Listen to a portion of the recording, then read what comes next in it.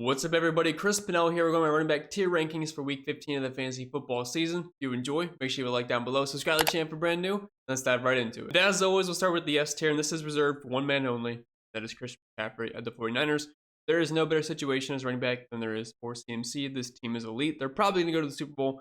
Great offensive line, great weapons all around. Brock Purdy's a very fine, serviceable quarterback out there. 30.5 implied team total for the Niners on the road. In Arizona, 13.5 point favorites, 47.5 over-under in this game. And the Cardinals are giving up the second most points per game to the running back position. 90 yards on the ground, over 17 carries, 22 opportunities. As well for CMC week in, week out. So 4.5 targets and 19% target share. So yeah, he's the best RB in the game, and he's in the best situation and in pretty much the best matchup. There is no reason for him to not be RB1 this week. And moving on to the A tier, we have Kyren Williams all the way up to number 2 this week, but it's a great spot for the Los Angeles Rams versus the Washington Commanders. Obviously, they're a bit more leaky versus the pass than they are versus the run, but you can still play running backs versus them. Currently ranked 23rd versus the position. And Kyren Williams, when he's been the RB1 in this offense, he's an elite fantasy producer. He's averaging 90 yards, over 17 carries, nearly a rushing touchdown on 5 yards per carry, and also 4 targets and a 12% target share, averaging 21.89 opportunities per game, which is right there with CMC. 27.5 implied team total, 6.5 point favorites at home. Yeah, fire up all the Los Angeles Rams this week. Alvin Kamara next versus the New York Giants. Pretty good spot here. They're allowing over 100 rushing yards per game. And he's just elite because of his usage in the passing game. Over 7 targets, 6 catches, 21% target share in the season. He's also averaging 21 opportunities per game. And running back position, most of it all comes down to opportunity. Now, you have to be a little bit talented, but still opportunity trumps all. Tony Pollard. I get a lot of hate for Tony Pollard in the A tier almost every single week, but he's been producing over the past month now, but he's just on such an elite offense that can put up points each and every single week that he's always going to have scoring opportunities, and he's getting it close to 20 touches per game, 15 carries on nearly 5 targets, and the Bills are currently 20th versus the running back position, and with the Cowboys being on the road, maybe they rely on Tony Pollard just a little bit more, but either way, he does have a decently safe floor with some ceiling. Then Bijan Robinson, the opportunity has been there in recent weeks, which has been nice. He only had 10 carries in the last game, but he also saw 7 targets, so that's still 17 opportunities. He's averaging 17.5 on the season. He's also been efficient with the touches that he gets. But this is a great matchup versus the Panthers, who are allowing the 4th most points in the position, over 100 rushing yards and nearly 1.5 rushing touchdowns. So it should be another good week for Bijan Robinson. I would be very shocked if he doesn't find the end zone. Moving on to the B tier, we're going to start with Zach Moss. And you're probably thinking, why are we still playing Zach Moss? And look, as I always say, opportunity is everything. You can't always be results and oriented. If you played Zach Moss the previous 2 weeks and you feel like an idiot, I get it because the points haven't been there, but you can't ask for more opportunity than Zach Moss is getting. So since Jonathan Taylor's been out the previous 2 weeks, over 20 opportunities in both those games, 8 targets last week, we have seen 14 red zone carries, including 2 targets. He is getting elite usage, especially where it matters, close to the goal line, but he has just not found the end zone. If we can find the end zone, that's when it's going to pay off. But we're probably going to get 20 plus touches once again for Zach Moss, so he just has to be ranked this high. The decent matchup versus Pittsburgh, they're allowing 100 yards on the ground per game, and they're below average versus running backs in general. So hate me all you want, hate the ranking. Don't play him if you don't want to, but I'm telling you, if you can get 20 plus opportunities from a running back, you pretty much have to play him no matter what. Rachaad White, he's been a model of consistency, especially through the air this season. 13% target share, and Green Bay is currently 26 versus running backs. And he's gotten to go on the ground recently in a few weeks, so I don't mind the matchup here. If we're going to get 20 opportunities from Rachaad White, which is averaging 19.5 per game on the season, with a decent chunk of that being in the passing game, that is very fantasy relevant, especially in PPR leagues. Jahmyr Gibbs, while it's a bit of an annoying situation in Detroit because there's 2 running backs, there's definitely enough to go around for either of them to get double-digit fantasy points. You know, Jahmyr Gibbs probably has the better ceiling because he has that game-breaking upside. He's been very efficient with his touches this year, 5.4 yards per carry. With more usage in the passing game, I definitely give him a leg up on David Montgomery, even though he can get goal line carries, but so can Jahmyr Gibbs. He has a good matchup versus Denver, and while their defense has definitely gotten better since that thrashing by the Miami Dolphins, they're still ranked dead last versus running backs, laying over 120 rushing yards per game and nearly 30 fantasy points. Then we have the Miami duo, speaking of them, Raheem Mostert and Devon Achane. Mostert, big week last week versus the Tennessee Titans, got the goal line carries. Devon Achane, honestly, he could have had like a 90-yard receiving touchdown, but Tua just missed him, and he missed him again on another throw, so it could have been an absolute monster day for Achane. Both these guys, it's going to be a pretty even split for the most part, so both are going to be relevant, and this is a terrible matchup through the air for the Miami Dolphins, but it's a great matchup on the ground, as the Jets are currently 27 versus running backs, so I think both are fantasy relevant this week, sure as RB1s. Moving on to our C tier, all these guys are going to give volume, which just maybe some of the spots are not that great. We'll start with Travis Etienne. Tough matchup for the Jaguars in general versus the Baltimore Ravens. Only 9th fewest points in the position, but we know Etienne always has that touchdown upside and always seems to find a way to get you around 15 fantasy points. He's averaging over 20 opportunities per game this year, and he's obviously a good talented running back, and this is a team that can put up points. I hate the matchup, but at least they're at home. They're only 3.5-point dogs, 20-point implied team total. So just because of his usage, he's going to have to at least be in the upper end of the C tier this week as a high-end RB2 option.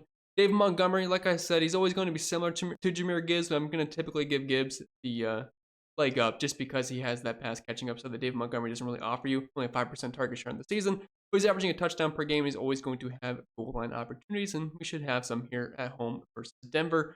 Saquon Barkley, not an efficient running back this year, but he's good enough to create his own yardage. He's averaging 22.7 opportunities per game this year, which is actually leading all running backs. 4 targets per game, 18.5 carries, and 18% target share. And Tommy DeVito actually looks somewhat competent on Monday Night Football versus the Green Bay Packers. Got them the win over Green Bay, which was definitely surprising. So I don't hate Barkley here just because he's going to get the volume, but the upside's always a little bit low because the touchdown equity is never going to be high. Only a 15-point implied team total. Where he saw the New York Jets, kind of similar to Saquon Barkley, where he's going to get volume. He's going to get usage in the passing game. He's not going to get as much volume as a guy like Saquon Barkley, but again, touchdown equity is going to be low, only a 15.25 implied team total versus Miami, 11 fewest points per game to the position, but he's a talented running back, so he still is a guy that's going to contend for double-digit fantasy points in every single week. We also saw a monster week last week versus the Texans, where he was a heavy hitter in the passing game. Then Joe Mixon, a guy that's very inefficient, but with the past couple of weeks with Jake Browning under center, he's gotten targets and he's gotten to the end zone quite often, so I'm not sure he's going to keep finding the end zone at this rate.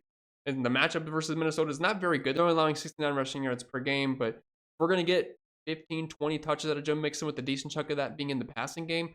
It's hard for him to not at least be in the RB2 discussion. Moving on to our D tier, we have Austin Ekeler, who you probably never thought would be down here when you drafted him so early on this season. But Justin Herbert being out definitely kind of dismantles this offense a bit. Plus, he hasn't been that good this year anyway. So with his inefficiency and the loss of the starting quarterback, who's one of the best quarterbacks in the NFL, kind of hard to have him too high on the list. Now, it's a good matchup versus the Raiders. They're currently ranked 25th versus the position, but it seems like they're trying to get the other running backs more involved as well, so I just don't really see Austin Ekeler having a ton of upside here. It's a good matchup. You can certainly fall into the end zone, but the usage will be a little bit TBT here with the quarterback change. Unfortunately, Derrick Henry, he kind of sucks, to be honest. Very inefficient so far this year, barely over 4 yards per carry.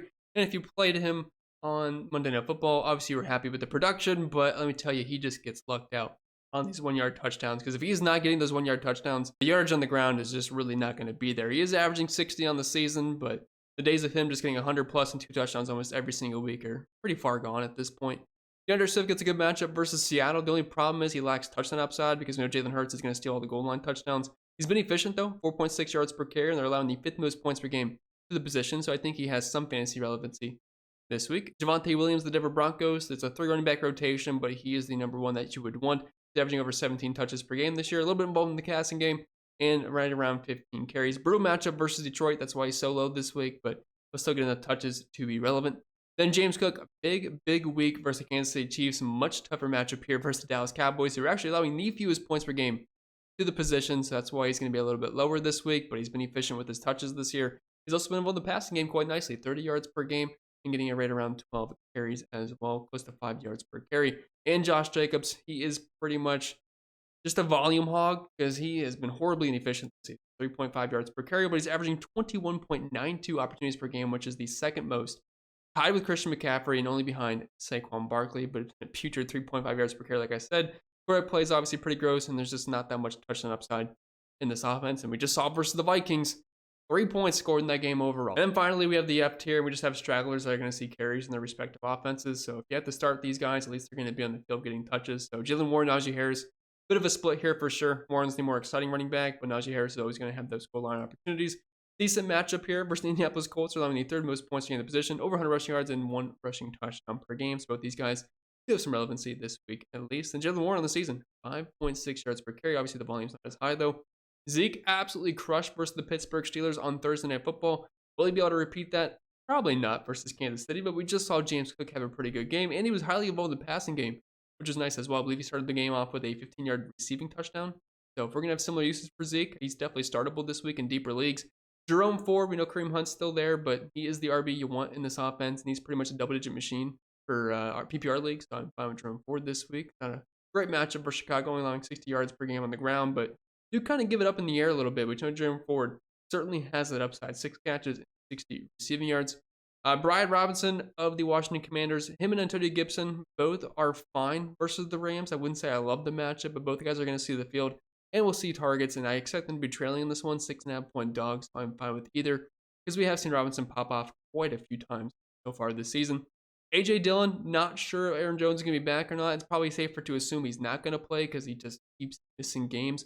But if it's going to be AJ Dillon as the RB1, he is going to probably topple his way into like 10 fantasy points. So that's really the only nice thing I have to say about AJ Dillon. I think he sucks, but at least he's going to be on the field. Then Chuba Hubbard. He has been getting a ton of carries, over 20 the previous 2 weeks. Obviously not a great offense by any means. It's not a great matchup versus Atlanta. But look, if you're going to get 20 plus opportunities from a running back, you at least have to make the list, right? With that being said, that's all I got for today's video. So I hope you enjoyed. If you did, make sure you like down below. Subscribe to the channel for brand new. If you have any questions about start sit decisions or whatever it may be, let me know down in the comments. I'm more than happy to answer you. I wish you the best of luck, and I'll see you all next time.